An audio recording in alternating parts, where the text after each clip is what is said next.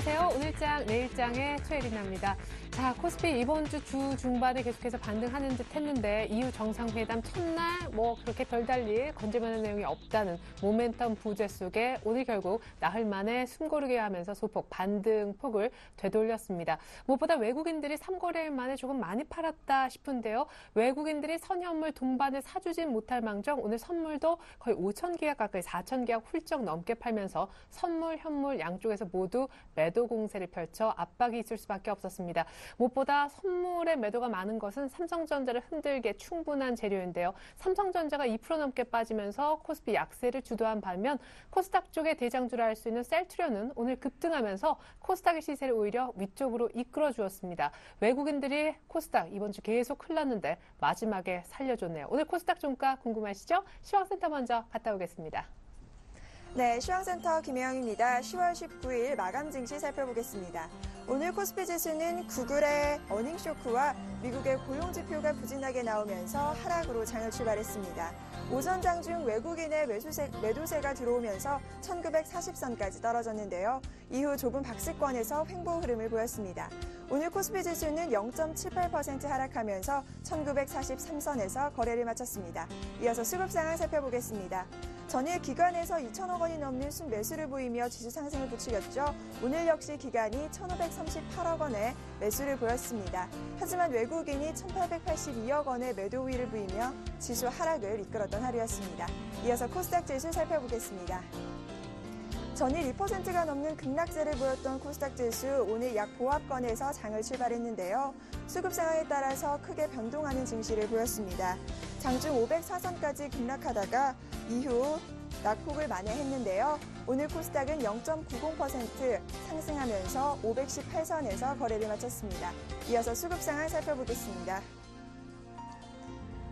오늘 외국인이 장 초반에는 매도세를 보이다가 이후 매수세로 돌아서면서 296억 원 순매수한 모습이고요. 개인과 기관은 동반 매도세를 나타낸 모습이었습니다. 이어서 환율 살펴보겠습니다. 전일 연중 최저치를 기록했던 환율, 오늘은 최근 하락폭에 대한 경계감으로 8거래일 만에 소폭 상승으로 장을 출발했습니다. 이후 정상회의에서 별다른 소재가 없고 또 미국 고용시장의 불확실성이 오늘 환율에 상승을 부추긴 것으로 보이는데요. 현재는 하락으로 돌아섰습니다. 이런 하락하면서 1,103원 30전에 거래를 마친 모습입니다. 이어서 코스피 시가총액 상위 종목 살펴보겠습니다. 대체로 약세를 이어가고 있습니다. 삼성전자가 2% 넘는 급락을 보이면서 130만 원 선에서 거래를 마쳤고요. 현대차 역시 0.87% 약 보합권, 현대모비스가 1% 이상의 하락 흐름을 보였습니다. 기아차는 오늘 외국인의 매도세에 2% 이상 하락하면서 66,800원에 장을 마쳤습니다. 다음 장 살펴보겠습니다. 삼성생명이 0.85%, 신한지주도 0.65% 하락하는 모습을 보였고요. 한국전력이 0.36% 하락하며 27,700원에 장을 마쳤습니다. 이어서 코스닥 시가총액 상위 종목 살펴보겠습니다. 오늘 셀트리온이 11% 이상의 급등세를 보였는데요. 일본계 자금투자 유치 소식이 긍정적으로 작용한 것으로 보입니다. 파라다이스와 CJ 오쇼핑은 약 보합권에서 장을 마쳤고요. SM이 4% 이상의 급등세로 6만 원을 회복하며 장을 마쳤습니다. 다음 장 살펴보겠습니다. SK 브로드밴드는 1% 이상의 하락 흐름을 보였고요. 반면 CJ ENM은 0.88% 강보합권에서 장을 마쳤습니다. CJ는 오늘 6% 이상의 급등세를 보이며 83,000원에 거래를 마쳤습니다. 특징 업종 및 테마 업종 살펴보겠습니다. 미국 증시가 약세를 나타내고 있는 가운데 단기 급등에 대한 부담감으로 조선주와 건설주가 동반 약세를 보였습니다. 현대중공업과 현대미포조선은 막판에 보합세로 돌아섰고요. 삼성중공업은 2% 이상 하락하며 주당 850원씩 빠졌습니다. STX 조선해양 역시 1% 이상의 하락 흐름을 보이며 8,630원에 장을 마쳤습니다. 이어서 건설주 살펴보겠습니다. 현대건설이 1% 이상의 하락 흐름, 대우건설도 1% 이상의 하락 흐름으로 장을 마쳤고요. 대림산업과 남강토건은 2% 이상의 하락 흐름을 보이며 장을 마쳤습니다. 우주항공주 주가가 이번 달 말로 예정된 나로호 3차 임박설에 강세로 장을 마쳤습니다. 한양디지텍이 14.55% 상한가를 나타냈고요. 한국카본도 6% 이상의 급등세, 한양 ENG 역시 5.76% 상승하며 7,160원에 장을 마쳤습니다. 방위산업 관련주들이 급등세를 보이며 장을 마쳤습니다. 북한이 대북 전단을 날리면 서부전선에 경고 없는 무자비한 군사적 타격이 실행될 것이라고 위협했다는 소식이 전해졌기 때문인데요. 스페코가 7% 이상의 급등세를 보이며 장을 마쳤고요. 빅텍과 퍼스텍 역시 4% 이상의 상승 흐름으로 장을 마쳤습니다. 모바일 관련주 주가가 대선 후보들의 행보가 본격적으로 나선 가운데 선거운동을 모바일을 활용해 한다는 소식에 강세로 장을 마쳤습니다. 터보테크가 14.93% 상한가를 나타냈고요. 이로운 역시 9% 이상의 급등세, 가비아도 급등세를 보이며 장을 마쳤습니다. LG전자가 나흘째 강세를 보이며 장을 마쳤습니다. 3분기 호실적에 대한 기대감이 긍정적으로 작용한 것으로 보이는데요. 오늘 1.80% 상승하면서 73,500원에 장을 마쳤습니다. 인적 분할 완료 후 재상장된 콜마한국과 한국콜마와 한국콜마 홀딩스가 상승세로 장을 마쳤습니다. 한국콜마가 8% 이상의 급등세를 보였고요. 한국콜마 홀딩스도 13.90% 상한가로 장을 마치는 모습이었습니다. 자유투어가 경영진의 배임 혐의에 관련 피소설에 하한가로 장을 마쳤습니다. 오늘 하한가를 보이며 주당 128원 떨어진 모습입니다. DI가 나흘 만에 하한가에서 탈출하는가 싶었지만 막판에 가격 제한폭까지 떨어지면서 장을 마쳤습니다. 오늘도 하한가를 이어가면서 6,870원에 장을 마친 모습입니다. 지금까지 시황센터 김혜영이었습니다. 네. 자, 여의도로 한번 나가보겠습니다. 코스피는 오늘 1943.84에 끝났고요. 코스닥은 518.8포인트 정도에서 끝났는데 이번 주 542선에서 출발했던 코스닥은 결국 낙폭을 좀 줄였다고는 하지만 518선에서 마감하며 주간 단위 4% 가까이 급락했다고 보시면 되겠습니다. 대신증권의 김영일 연구원 만나보죠. 안녕하세요. 예, 안녕하십니까. 네, 이번 한 주 정말 코스닥 중소형주 변동성 때문에 많은 투자자분들이 참 괴로우셨을 것 같은데요. 다음 주 전망 미리 좀 부탁드릴게요. 예, 일단 다음 주는 상승에 대한 지금 모멘텀이 시장 자체 지금 조정을 지금 받고 있는 상황인데요. 상승에 대한 모멘텀이 지금 현재 좀 다소 지금 없는 상황이기 때문에 다음 주 이후에 이제 진행될 실적에 대한 영향력이 좀 상당히 시장에 좀 커질 것으로 좀 예상이 됩니다.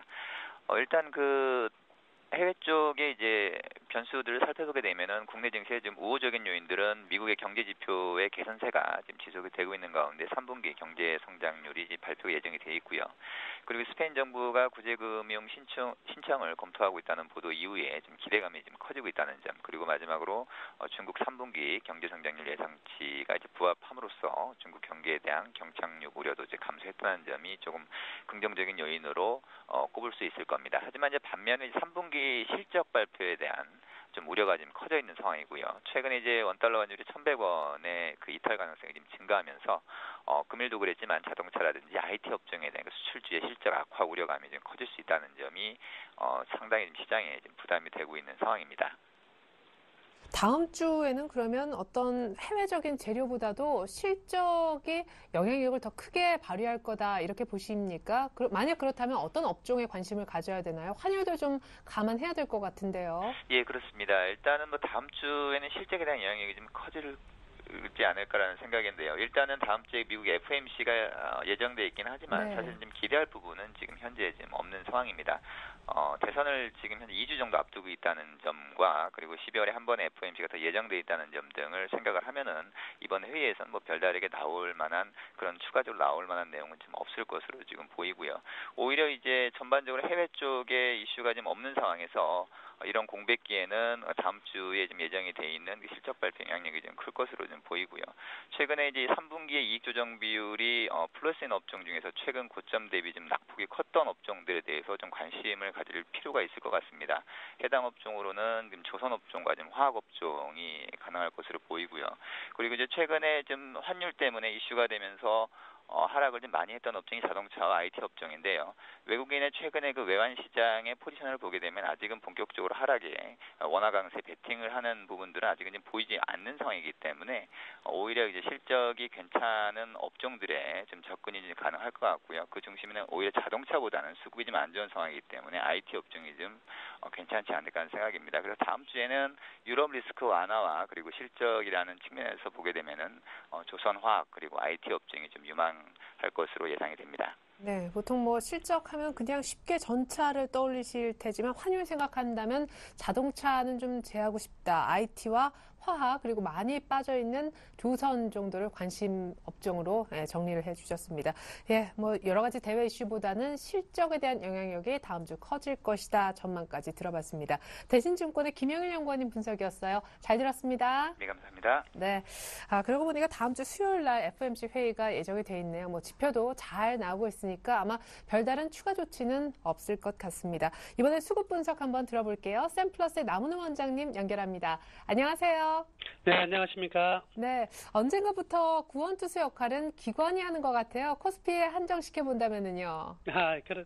그렇습니다. 연기금의 계속적인 순매수가 이어지고 있는 가운데 오늘 같은 경우에는 이제 국가지방자치단체들 그리고 금융투자업자, 보험, 투신, 기타 금융을 제외한다면 모든 기관 투자자들이 모두 순매수를 보였습니다. 그래서 오늘은 한 2천억 정도의 순매수가 나타났는데요. 그렇지만 우리가 좀 관심 있게 봐야 될 부분은 오늘 외국인이 모처럼 만에 선물에서 4,700계약과 그리고 현물에서 2,200억 이상의 순매도를 보였다는 점입니다.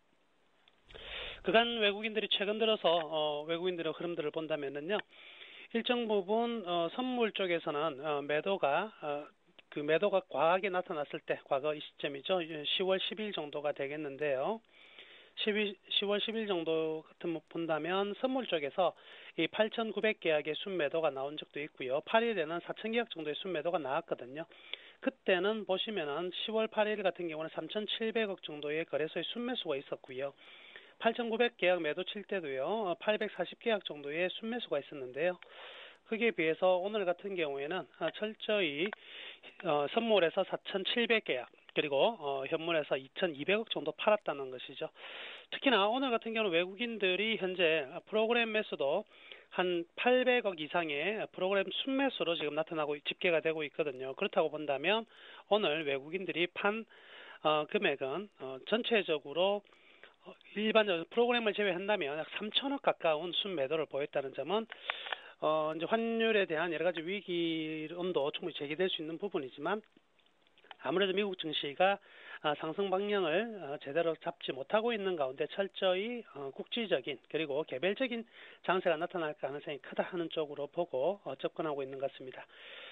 그 속에서 업종별 동향을 보면은요, 역시 오늘 같은 경우는 화학업종을 제외한다면 외국인들은 매수세를 가담한 게 거의 없다고 볼 수가 있겠는데요. 화학업종 같은 경우에는 외국인들이 오늘 상당히 좀 많이 매수한 부분이지만 반면 연기금이나 그리고 기타 은행, 투신, 금융투자업자 모두 강하게 순매도를 보였다는 것이고요. 또 전기전자 같은 경우에는요, 철저히 이제 대비되는 모습인데요. 기관들 같은 경우에는 연기금 투신이 굉장히 많은 매수세를 보였지만은 외국인들 같은 경우에는 철저히 매도로 대응하고 있다. 이런 부분들과 그리고 운송 장비 같은 경우에도 외국인들 상당히 많이 매도를 했거든요. 이 환율에 대한 우려 부분이 가장 많이 작용하지 않았나라고 볼 수가 있겠네요. 그래서 지금 이제 필요한 부분들은요, 과연 이 외국인들의 오늘에서의 선현물 매도가 과연 추가적으로 얼마만큼 나타나느냐가 굉장히 중요한 관점일 수도 있는데요.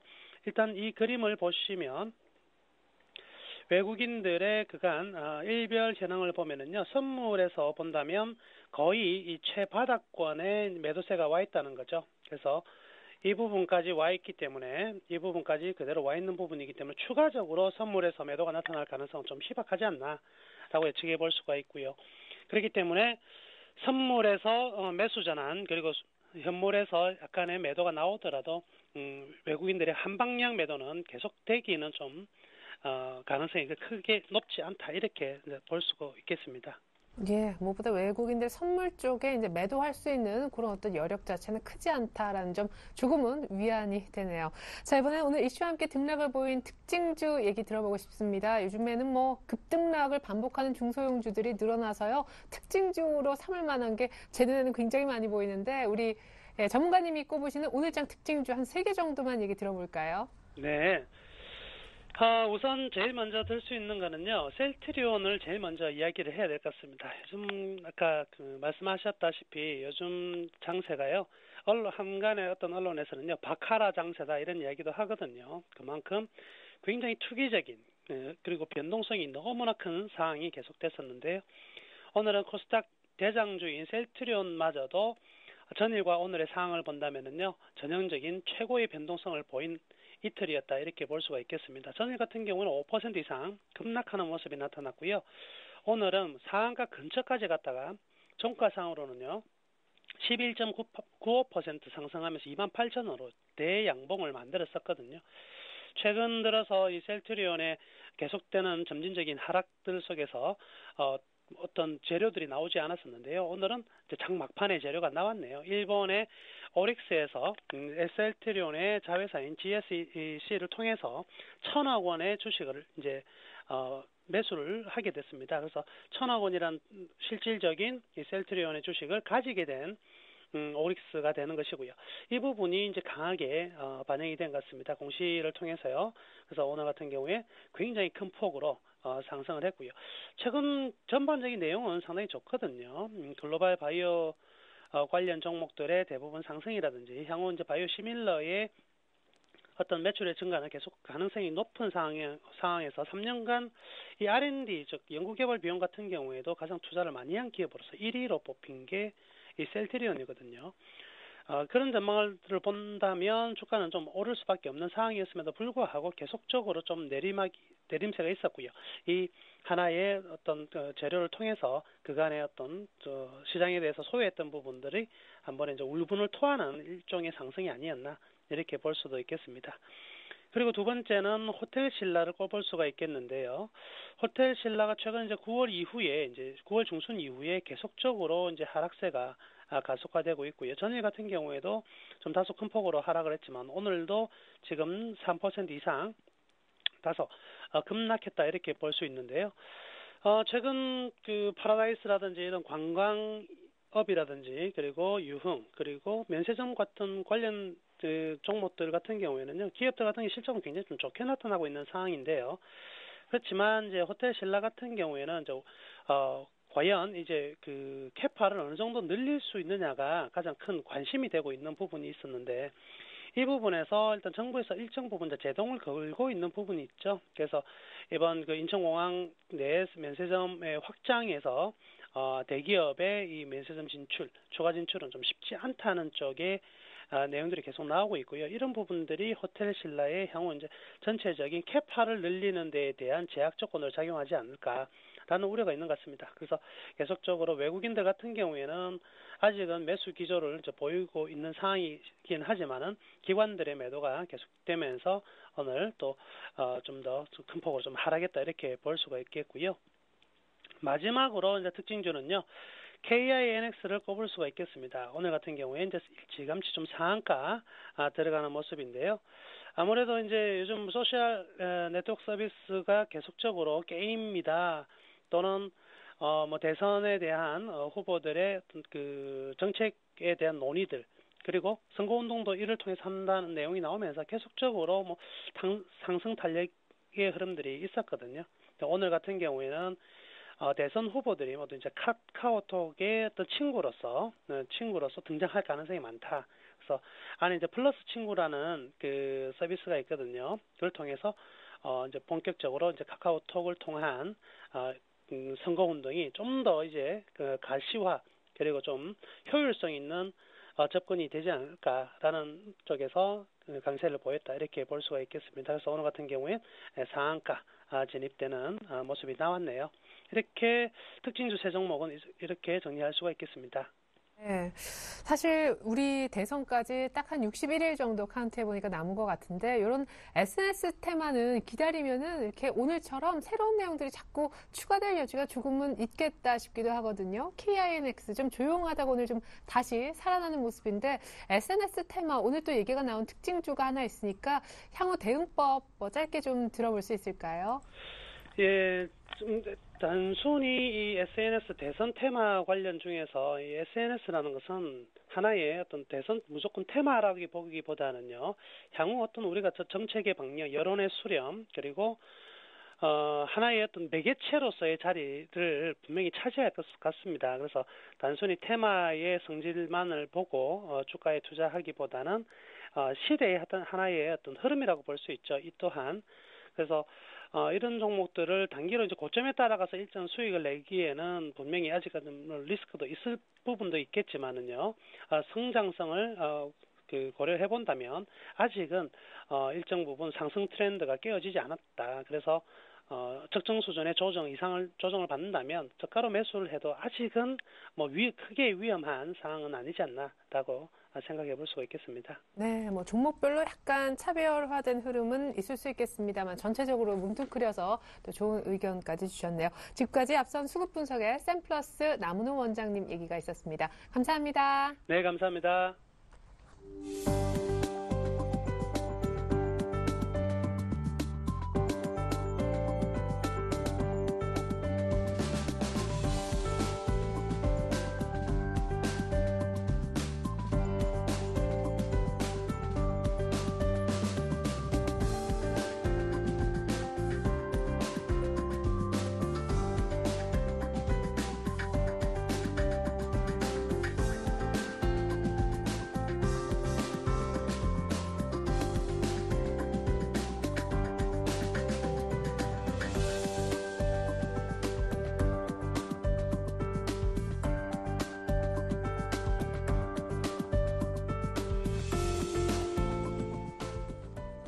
네, 보니까 다음 주 중반 수요일쯤에 미국의 FOMC 회의가 잡혀 있네요. 앞서 별로 기대하는 내용은 많지 않다는 분석도 들어본 바 있습니다.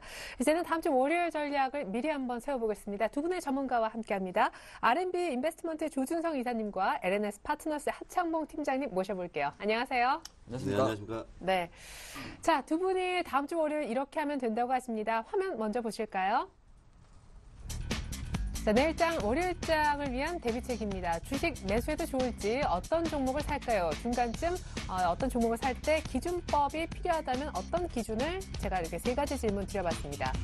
자, 조준성 이사님의 답부터 보면요. 당분간은 관망하자. 하창봉 팀장님은 단기 투자 정도만 괜찮다. 조 이사님은 이번 주 반등이 강했던 종목을 주목하자라고 하셨고, 하 팀장은 실적이 좀 우량한 그런 개별주 가운데 한국가스공사를 준비하신 것 같습니다. 그리고 조준성 이사님은 NHN을 다음 주를 위한 공략 종목으로 바꾸셨네요. 자, 조 이사님부터 얘기를 좀 하나하나 풀어서 들어보겠습니다. 다음 주 월요일 주식 사도 됩니까? 이렇게 여쭤보니까 당분간은 관망하자. 뭐가 가장 찜찜하신 거예요? 외국인이에요? 환율이에요? 뭐 글로벌 매크로예요? 뭡니까? 네, 그거 다 포함됩니다. 그렇기 예. 때문에 그게 뭐 시원시원하게 윤곽이 나오고 하면 좋은데 일단은 저점에서 반등이 들어오면서 약간 오늘 또 약간 좀 두 자릿수 빠지면 약간 주춤거렸는데 외국인 매도도 좀 만만치 않은 것 같습니다. 근데 이제 이제부터 잘 보셔야 될 게 다우지수 향방인데 요즘 보게 되면은 해외 차트들 보게 되면은 약간의 특성들이 있습니다. 거기 있어가지고 아시아 쪽이 조금 굉장히 약한 부분을 좀 현재 보여주고 있는데 다우지수 같은 경우는 차트 간단히 보겠습니다. 빨리빨리. 다우지수 보시게 되면은 약간의 지금 이 모양이 나오고 있는데 이게 약간의 뭐 단기적인 삼중천정 가능성이 있습니다. 앞에 고점을 여기를 두 군데를 못 뚫게 되면은 못 뚫게 되면은 다시 내려올 수가 있겠죠. 그러면서 이쪽 이제 뚫고 나가게 되면 우리나라 시장에 있어서도 약간 힘을 받을 가능성이 많고 전 세계적으로 그러고 있는데 프랑스나 독일 같은 경우 프랑스 차트인데 낙폭을 다시 회복을 해놨죠. 이게 네. 쉽게 말씀드리면 우리나라로 치면은 2009년 다시 만들었다는 얘기고 독일 같은 경우도 마찬가지고 또 가장 위험한 스페인 같은 경우도 분위기 보면 나쁘지가 않습니다. 이게 빠지는. 근데 아시아권 보면은 대만 보면은 처져 있죠. 네. 반등이 안 들어가고 있고. 그러면서 우리나라나 아시아 쪽을 물리고 있는 쪽이 나스닥입니다. 나스닥.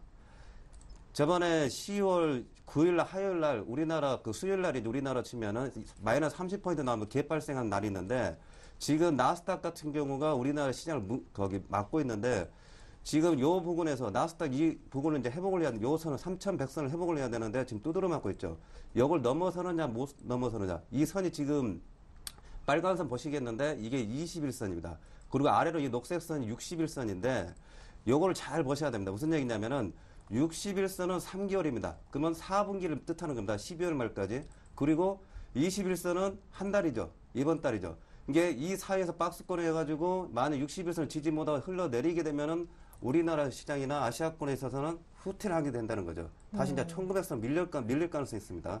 그렇기 때문에 다우존스가 전고점을 다시 돌파하는가, 나스닥이 21선을 넘어서는가 하는가 향방에 따라 가지고 이제 마무리 이제 12월 달 해가지고 약간 판가름이 좀 청산이 나올 가능성이 많죠.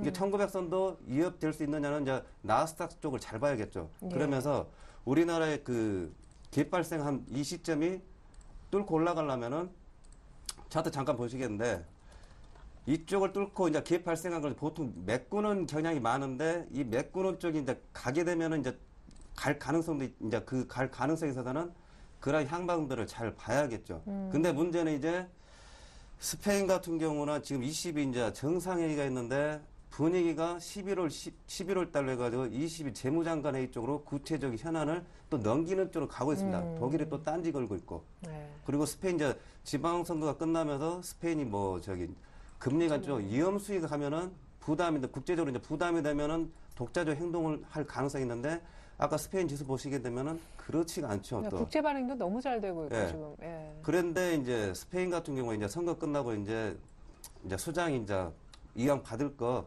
빨리 받을 수 있는 저번에 드라기 총재처럼 그냥 갑자기 나만 믿으라는데 뜬금없이 갑자기 나왔죠. 그런 돌발 행동이 이제 스페인에 나오게 되면은 이 향방이 이제 이 갭을 메꾸는 이쪽 갈 가능성이 많이 있는 거죠. 네. 그렇기 때문에 스페인은 독자적 행동을 기대를 해야 되는데 그렇지 않고 희지부지하게 되면은 또 11월 달 넘어가게 되면은 아까 말씀드린 대로 21선과 61선 12월 말까지 이거 지지하는 선이 어떻게 되는가를 잘 봐야 되는데 그렇기 때문에 저점을 공략하더라도 이번 주 저점 월요일에 나왔죠. 그러면서 지수가 반등이 들어가면서 종목별로 이제 차별화가 되는데 다시 그 저점을 기다린다든지 아니면 지금 사기에는 좀 약간 애매한 시점입니다. 네. 먹는 것도 적지만 또 다시 밀리게 되면은 조금 이제 힘든 부분이 있는데 그래서 약간 다시 재매수 과정에 있어서는 이번 주 월요일날 저점을 다시 공략을 한다든지 그런 쪽을 좀 기다려보고 이왕 월요일날 제가 지난주에 사자고 말씀드렸습니다. 갖고 있는 물량은 조금 더 갖고 있으면서 이제 향방을 보는 게 낫지 않을까 그런 차원에서 관망을 말씀을 드리는 겁니다. 네, 체크해야 될 이슈들이 많이 있는 것 같네요. 얘기를 좀 들어보니까요. 근데 그럼에도 불구하고 우리 하창봉 팀장님은 단기 투자 정도는 가능하겠다라고 하셨는데 제가 아까 말씀하신 동안 외국인 수급을 쭉 보니까 QE3 하고 나서 거의 2천에서 조금 맴돌고 아직 개파락하기 전에 요 정도 때에서만 외국인이 샀지 뚝 떨어진 이후에 한 번도 외국인이 산 적이 없거든요. 이래가지고 올라올까 싶어요. 네, 사실 시장 같은 경우는 조금 전에 조 이사님 말씀하신 대로 해외 변수 같은 경우는 약간은 박스권에 갇혔다는 것이지 바로 밑으로 내려갈 건 아니라는 것이고요. 네. 그런 관점에서 보면 국내 코스피 지수는 한 1950선 중심선 그리고 코스닥 지수는 520선 중심으로 약간 등락 과정을 좀 이어갈 것 같습니다. 시장인 것이 올라가지는 않습니다만 실제로 바닥을 지지한다면 주식 보유 관점, 매수 관점에서는 여전히 유효하다 그렇게 보는 것입니다.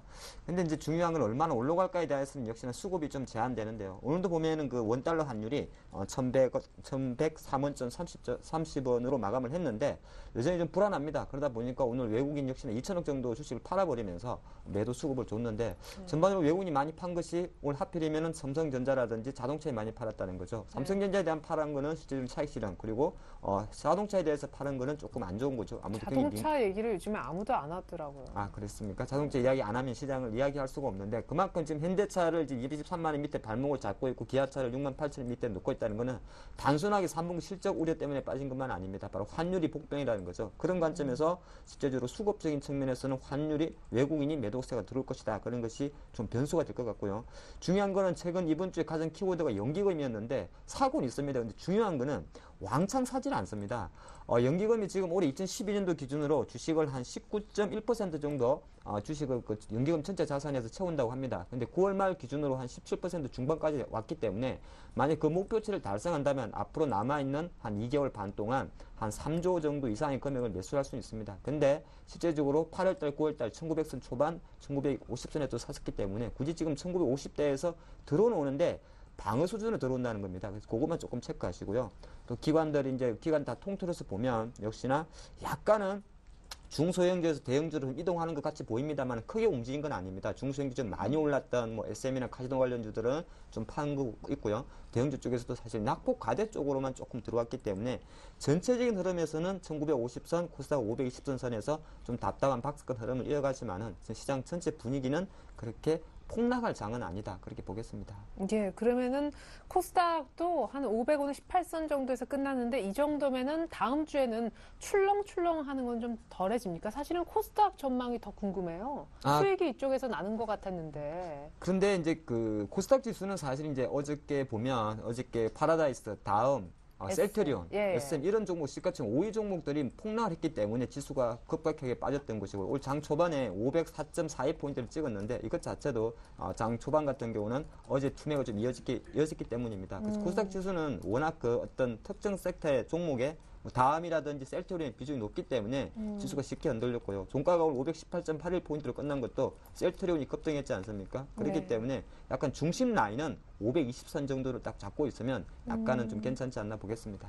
네, 좋습니다. 자, 그렇다면 어떤 종목을 사보면 좋을까요? 굳이 산다라고 했을 때 관망이 좋겠다라고 하셨지만은 조 이사님한테 부탁을 드렸더니 이번 주에 반등이 강했던 종목이라고 하셨어요. 그냥 강한 종목이 아니라 빠졌다가 올라오는 걸 반등이라고 하는데 반등이 강했던 종목 어떤 의미입니까? 이게 색깔이 이번 주 보시게 되면은 주식시장이 굉장히 어렵다는 거를 또 아실 겁니다. 제가 지난주에는 코스닥 같다 말씀하는데 심한 표현됐는데 양아치 종목도 있다 하면서 이제 굉장히 빨가면서 조심해야 된다 말씀드리는데 이렇게 네. 추풍낙엽처럼 확 떨어지는 거죠. 예. 그러면서 오늘 반등 들어오는 거, 오늘 오전 1시간 9시부터 10시 보시면은 이제 스탁론들이 이제 또 끌려 들어간 거죠. 밑꼬리 달면서 내일 반등하겠다고 그나마 있는 거 10%나 15% 누래 걸려가지고 순식간에 그냥 밑꼬리 나오면서 그냥 다 털려버리는 거죠. 네. 이게 이러한 종목들이 이제 여러분들이 이제 그게 굉장히 위험한 건데 그러면서 이제 다시 한번 이제 옥석이 이제 가려지고 이제 분명히 말씀드리는데 오늘 또 하한가 나오고 하면서 뭐 실제적으로 이제 말씀드리기가 종목이 이제 굉장히 위험한 종목들이 있습니다. 근데 신변의 위험 때문에 말씀 못 드리겠고 대신에 이제 종목도 이제 옥석이 가려질 겁니다. 대신에 또 한 가지 생각할 게 계속해서 빨간불 내면서 지난주까지 빨간불 내면서 막 더 갈 것 같은 종목들이 이제 고점이 일단 보였습니다. 그리고 네. 저점이 보이면 다시 살아난 게 있고 주저앉은 게 있고 최근에 이제 9월 달부터 급등한 종목들 있죠. 네.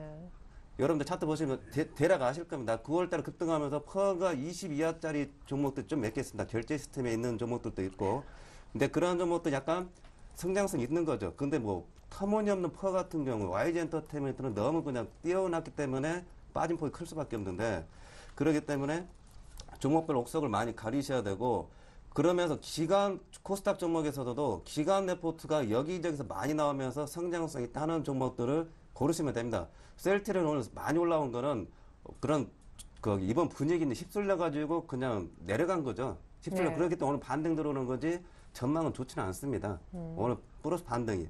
근데 이제 파라다이스라든지 몇 개 종목들 기간 레포트가 계속 나오면서 이제 관리하는 종목들 그런 쪽 옥석을 가리면서 고점 대비해 가지고 뭐 21선을 살아있다든지 5일선이 살아있는 종목들은 그 폭이 이제 지그재그 나오는 게 또 다음 주가 되겠죠. 그러면서 추풍 낙엽처럼 손대지 말아야 될 게 분명히 있습니다. 그런 것들은 굉장히 조심을 해야 되고 코스닥은 이제 그 정도고 거래소에서 약간 좀 특이점이 나왔습니다. 지수가 이번에 반등이 이제 들어오면서 LG 디스플레이라든지 약간 나포기가 SO이라든지 약간의 지난주부터 해가지고 그냥 이번 달에 그냥 좀 많이 빠지면서 올라온 종목들이 있습니다. 그러면서 9월 달이라든지 10월 달 고점들을 회복한 종목들이 있는데 LG 디스플레이 한번 보겠습니다. 이번에 뭐 3만 원 뚫을 수 있을 것 같다. 긍정적인 전망도 많이 있더라고요. 네, 잘못 봤네. 저기 LG 디스플레이 한번 보겠는데 네. 9월달, 10월달 해가지고 이렇게 좀 살아나온 종목들 LG전자도 좀 살아나왔는데 딱 보시게 되면은 자, LG 디스플레이 쪽으로 LG그룹은 LG 디스플레이 몰아드린다 말씀드렸는데 이번에 26,000원까지 밀리면서 좀 약간 당황을 했었는데 다시 결과적으로 살려놨습니다. 네. 이렇게 살아난 종목들이 12월 달까지 좀 안정빵이 좀 되지 않을까 그런 생각을 해봅니다. 현대차 같은 것도 밀려버리고 삼성전자는 그나마 안정적인데 이렇게 죽었던 종목들을 다시 살리는 종목들이 있습니다. 그게 신한지주라든 금융주로 치면 신한지주 대략 모양을 보시면 이런 모양들 나오는 종목들이 좀 이번 이제 하반기에 12월 말까지 이제 좀 안정적으로 좀 땡겨갈 종목들이 되지 않겠나. 뭐 몇 개 종목들이 LG 디스플레이, 신한지주, 뭐 롯데쇼핑, LG화학 뭐 이러한 종목들이 이런 양상으로 나오고 있습니다. 그렇기 때문에 대형주에 있어서도 약간 또 패턴이 바뀌는 모양새를 보이고 있죠. 그렇기 때문에 이왕 뭐 눌림목에다 산다, 개별 대형주를 산다 하게 되면은 이런 쪽으로 이제 공략을 해가지고 10월 10 거기 지지난주 마이너스 30% 밀렸던 쪽을 메꾸는 쪽으로 라인을 가게 되면 이런 쪽에 더 갈 가능성이 많은 거죠.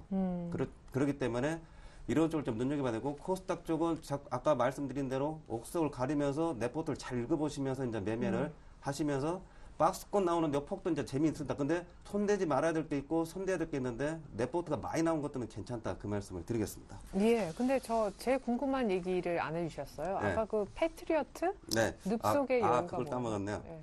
왜 이제 지난주에는 등산 얘기를 했었고 산행을 하면서 이제 네네네. 늪속 패트리어트 영화에서 옛날에 멜 깁슨 영화인데 이제 미국이 이제 영국의 이제 식민지 시대에 있어가지고 이제 그 영국군에 이제 대항하면 하는데 이게 힘이 워낙 영국군이 세기 때문에 이제 이 게릴라전을 이제 거기 이제 공격을 해 나가면서 영국군에 피해를 주는 거죠. 그리고 네. 미국 독립을 이제 꿈꾸는 건데 네. 무슨 얘기냐면은 주력이 약간 힘듭니다. 그렇기 때문에 늪속 이제 패트리어트라는 뜻이 늪속의 여우인데 늪속에 잠복에 있다가 이제 종목들을 이제 거래했었던 코스닥은 이제 찍어서 이제 들어가는 거죠. 아무 때나 그냥 뭐 올라갈 거다 생각 들어가고 이런 게 아니라 어떤 전략을 세워가지고 영국군을 공격을 할 때 전략을 세워 잠복을 해가지고 기다렸다가 요지에서 탁 공략을 하고 다시 빠져나오는 거죠. 그렇기 때문에 쉽사리 이제 43, 그 다우지수 앞에 보여드린 것처럼 이게 뚫고 나가기 전까지는 그런 전략을 10월달, 11월달, 12월달 계속해서 해나가는 이제 매매 기법을 써야 되지 않을까. 그런 네. 차원에서 게릴라전을 앞으로 많이 해야 되기 때문에 이게 소위 말하는 단타죠. 네. 근데 그걸 전략을 잘 세워서 해야 된다. 그 말씀을 드리겠습니다. 네, 게릴라전을 해야 된다. 패트리어트는 애국자라는 뜻인데. 아, 그렇습니까? 여러 가지 뜻이 있나 보군요. 네. 예, 늪속의 여우 한글판 제목이었나 봐요. 자, 우리 하창원 팀장님의 자, 종목 선정 기준은 뭡니까? 네, 뭐 게릴라전이 맞습니다. 조금 더 쉽게 표현드리면 네. 뭐 개별 실적 위주의 어떤 개별 장세라는 이야기겠죠. 저는 너무나 일반적인 이야기를 하겠습니다. 실적이 되는 우량 개별주를 사야 된다 그런 이야기를 하는데 네. 그렇고도 그런 것이 뭐 너무나 많이 알고 있습니다만은 실제로 그게 지금 장에 지금 장도 아니고 항상 실적 시전. 그러니까 늘 제가 드리는 말씀 실적 시전이 오히려 주식 투자하기가 생각보다 어렵다는 겁니다. 이미 뭐 실적이 좋을 거라는 건 좀 반영됐고 안 좋을 거라는 것들은 OCI 같은 경우는 최근에 16만 원까지 급락하는 그 흐름이 나왔는데 뭐 이번 주 OCI라든지 일부 종목들 실적 발표했습니다만 이제 다음 주로 되면 국내는 본격적입니다. LG전자라든지 하이닉스 관련 현대기아차 다 실적 발표 예정됐기 때문에 오히려 이제 그런 부분에 포커스를 맞춰야 되는데요. 제가 보니까 오늘도 장이 좀 반등하면서 역시나 기관들이 최근에 뭐 많이 올렸던 오스틴 임플란트라든지 오리온 같은 대상 이런 종목들이 쉽게 반등하는 걸 보면 실적이 되는 섹터는 잠깐 시장 때문에 꺾이더라도 쉽게 꺾이지 않는다 보는 것이고 조금 섹터를 나눠봤는데 대형주 IT 쪽에서는 역시나 조금 전에 뭐 이사님 말씀하신 대로 LG전자 관련주들이 지금 실적이 돼서가는 게 아니라 이런 실적 개선 기대감입니다. LG 디스플레이는 한 뭐 흑자 지난 8분기만 흑자 전환하지 않겠느냐 그런 기대감으로 올라가고 있는 것이고 예, 지금 화면에 나가는 저런 종목들이 지금 매수해도 되는 것들이죠, 다. 그런데 이제 LG 디스플레이는 제가 말씀드려야 될 것 같아요. LG 디스플레이만 말씀드리면 LG 디스플레이하고 LG전자 관련주는 대형주 중에서 실적이 되는 게 아니라 갤 수 있다는 개선 기대감으로 오는 겁니다. 네네. 그렇게 봤을 때 다음 주 제가 판단하고 LG전자가 주 중반 이후에 실적 발표가 예상이 되는데 실제로 LG 디스플레이 같은 경우는 기술적으로 봤을 때는 3만 원 돌파할 시 추가 상승 달리기였는데 실적 발표 시즌에서 만약에 시장의 기대치와 달리 흑자 기조를 돌리지 못한다면 단기 실망 매물도 나올 수 있습니다. 그래서 제가 지금 LG 디스플레이를 보여드린 이유는 작가는 보유 관점에서 다음 주 실적 발표 즈음에서 단기적으로 팔아주는 것도 나쁘진 않겠다. 그런 것 관점에서 말씀드렸고요. 지금 보면 또 내수주 중에서 보면은 GS 홈쇼핑이라든지 롯데 삼광, 뭐 요새 내수 홈쇼핑은 계속 잘 가지 않습니까? 그리고 네. GS 그룹주들은 뭐 GS 리테일이라든지 GS 홈쇼핑 상당히 잘 가는데 전체적인 모든 특징이 전부 다 연기금이 사는 종목입니다. 뭐 GS 홈쇼핑이나 롯데 삼광 같은 경우도 투신과 연기금에서 계속적으로 매수가 들어오기 때문에 지금 홈쇼핑 관련주, 뭐 CJ 홈쇼핑보다도 오히려 현대 홈쇼핑보다도 오히려 더 좋은 상승 탄력을 보여주고 있는데 GS 홈쇼핑 같은 경우는 지금 수준에서도 여전히 매수 여력이 남아있다 말씀드리겠고요. 개별주 쪽으로 들어가면 지금같이 글쎄요, 우리 투자자분들이 워낙 코스닥 지수 테마주에 눈높이가 맞춰져 있어서 그렇지 사실은 지금 장에 가장 강한 코스닥 강세는 바로 스마트 터치 스크린 관련주였습니다. 지금도 강하죠. ELK라든지 일진 디스플레이 이런 관련주들이 계속 강세는 보여줬는데 바로 사상 최대라는 글자를 앞에 붙였기 때문에 지금 이런 흐름이 나온다는 겁니다. 그래서 코스닥 쪽에서는 사실 스마트 기기 IT 쪽에서는 ELK라든지 이런 종목들이 예스맥 이런 종목들이 신고가를 달리고 있더라. 여전히 매수 관점 유효하고요. 근데 이런 종목들도 실적이 발표될 때는 살짝 팔아주는 것이 괜찮습니까? LG 디스플레이처럼. 이제 좀 깊이 들어가면 제가 말씀을 드려야 될 것 같아요. ELK나 스마트 기기 쪽은 사실은 실적 기대치는 조금 낮습니다. 낮은데 오히려 왜 가냐면은 바로 이제 아이폰이 다음 달 초에 바로 한국 상륙을 하죠. 네. 그런 기대감입니다. 기대감으로 IT 중에서 가장 간다는 겁니다. 그러니까 실적은 지금 3분기 컨센서스가 약간은 내려갔어요. 내려갔지만은 IT 쪽에서 집중화 전략이 나온다는 것이고요. 오히려 그렇다 봤을 때는 조금 부가 설명할 때 실적이 되면서 실제적으로 급등하는 주식들은 바로 제가 계속 말씀드렸던 한글과 컴퓨터라든지 뭐 슈퍼리마, 뭐 오스템 임플란트 같은 종목이 되는데 한큰 같은 경우가 실제적으로 사상 최대 뭐 내년도 정도에는 매출 1,000억을 하겠다는 그런 목표를 하기 때문에 지금도 오늘도 18,600원까지 상승을 보여주는데 결론적으로는 종목 선정법은 실제적으로 대형주 쪽에서는 실적이 개선된다는 종목으로 선반영되는 것은 발표 시점에 한번 차익 실현해 주시고 실적이 계속 저가하는 종목에 대해서는 차트가 좀 부담스럽더라도 계속 매수하는 전략이 맞다 그렇게 말씀드리겠습니다. 네, 좋습니다.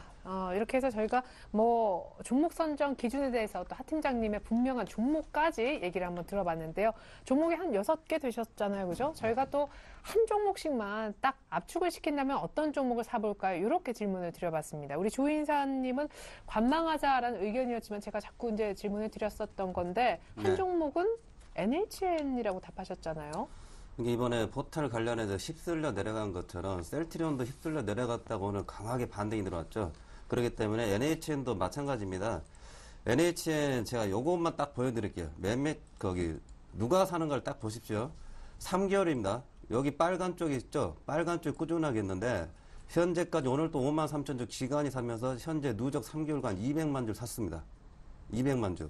1년치를 보게 되면은 누적이 300만 주입니다. 그러면 오른쪽에 또 보시면 파란 쪽 있죠. 외국인이 계속 매도했는데 매도 과정 거치면서도 최고가 29만 원도 지난달에 찍었죠. 그러면서 고점 대비해가지고 26만 원 깨지면서 25만 원 초반까지 들어왔는데 이런 것들이 이제 게릴라전을 이제 말씀드리는 게 이런 거는 뭐 다시 27만 원, 28만 원, 29만 원 막 간다 이런 차원이 아니라 이런 것들을 이용한 납폭이 컸는데 어떤 걸 공략하게 됩니까? 다음입니까? 뭐만 한가 할 때 NH를 좀 해보면 어떨까? 이렇게 기간성이 관리가 되는 점 어느 정도 이제 뭐 악재들이 이제 수급으로 들고 나면은 또 다시 수급이 들어옵니다. 그러면서 한 방에 또 10,000원 이상씩 20,000원씩 올라가는 그런 모습이 나올 건데 그거를 이제 게릴라처럼 25만 1,000원 부근에 해가지고 26만 5천 원이면은 뭐 10%는 아니더라도 주간단위 한 7%에서 10% 정도 나오지 않을까. 그런 거를 납폭이 아예 그렇기 때문에 이렇게 빠진 점이 좋지 않습니까? 하는데 안 좋은데 많이 빠졌기 때문에 가격 메리트가 확 생긴 겁니다. 단기적으로. 네. 단기적으로 생겼습니다. 그렇기 때문에 다음 주 정도에 납폭가대 해가지고 이용할 거면은 NHN이 수급이 뒤에 짱짱 있기 때문에 이런 것도 해보면 어떨까. 그래서 25만 1,000원 뭐 24만 원 어떻게 될지 모르겠는데 쭉쭉 빠지는 쪽은 손절매가를 제가 안 드립니다. 아예. 그러면서 빠지면서 26만 5천 원 정도는 다시 한번 다음 주에 좀 보지 않을까. 근데 이런 종목일수록 손절가 주셔야 되는 거 아니에요?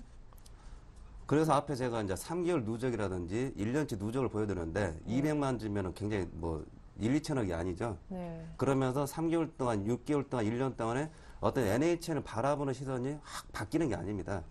그렇기 때문에 자기네가 샀던 종목도 계속 관리가 들어가는 종목이죠. 네. 뭐 버리는 종목이 아니라. 네. 그렇기 때문에 약간의 그 손절매를 떠나서 네. 최대한 싸게 분할로 사는 쪽이고 목표가 짧게 20만 65,000원 정도를 한번 기대해본다. 그 말씀을 드리겠습니다. 네, 앞서서 이제 이번 주 강했던 종목을 볼 수도 있지만 굳이 낙폭과대 중에 뭐 없냐 했을 때 살짝 치고 빠질 수 있는 종목을 굳이 꼽자면 또 NHN을 선정을 해주셨네요.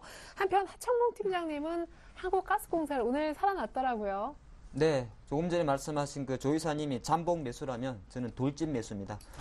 이제 NHN은 조금 내려가는 종목이고 가스공사는 이제 올라가는 종목이죠. 올라가는 종목인데 역시나 제가 생각할 때는 뭐 주식 이제 좀 단기적으로 공략하시는 분이라면 일단 가스공사처럼 약간 조정 이후에 오늘 제 반등해준 종목이 매력이 좀 있지 않나 보겠고요.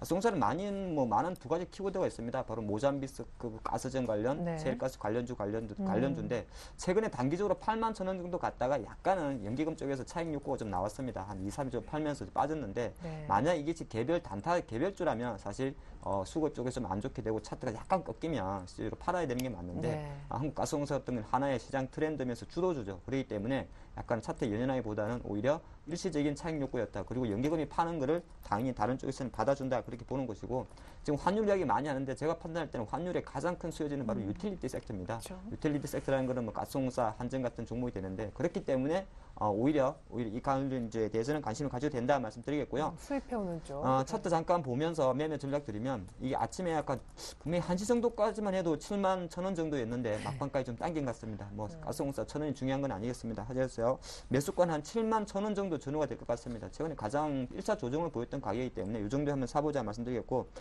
목표가는 저는 사실 한 9만 5,000원까지는 보겠습니다. 보통 정권사 목표가들이 기존에 한 7만 5,000원에서 지금 11만 원까지 올린 데도 있는데요. 실제로 제가 판단할 때는 한 9만 5,000원 정저고점 돌파는 가능할 것이다 보는 것이고 손절 라인은 지금 가격 수준에서 한 10% 정도를 생각해서 6만 3,000원 정도까지는 일단 1차 손절하자 그런 전략 드리겠습니다. 네, 한국가스공사 오늘 의외로 막판에 조금 올라가지고요. 오늘 종가 말고 7만 1,000원 밑에서 한번 공략해 신고가 낼 때까지 한번 기다려보자. 9만 5,000원 목표가 설정이 나왔습니다. 자, 지난주 추천 종목 AS 받아볼게요. 조이사님의 코덱스 레버리지. 와, 12,300원까지 갔어요. 축하드립니다.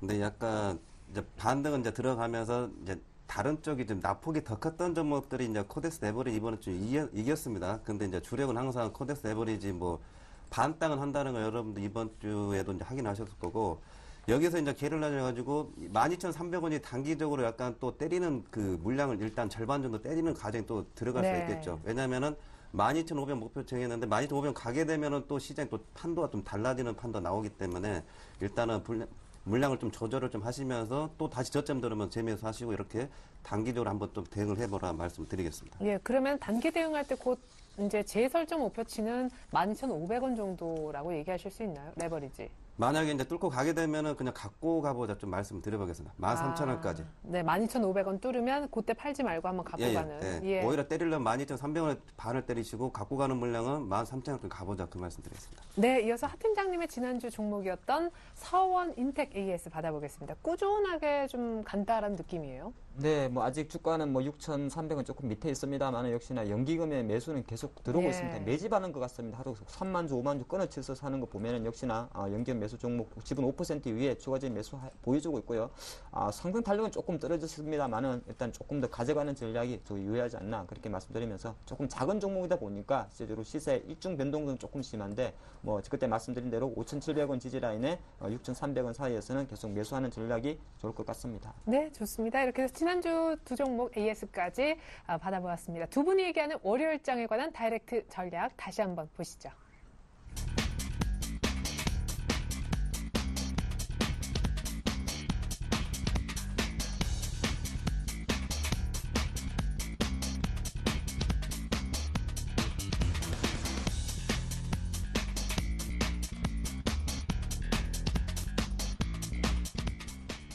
네, 이상 함께해 주신 하 팀장님 그리고 조 이사님과는 인사 나누겠습니다. 감사합니다.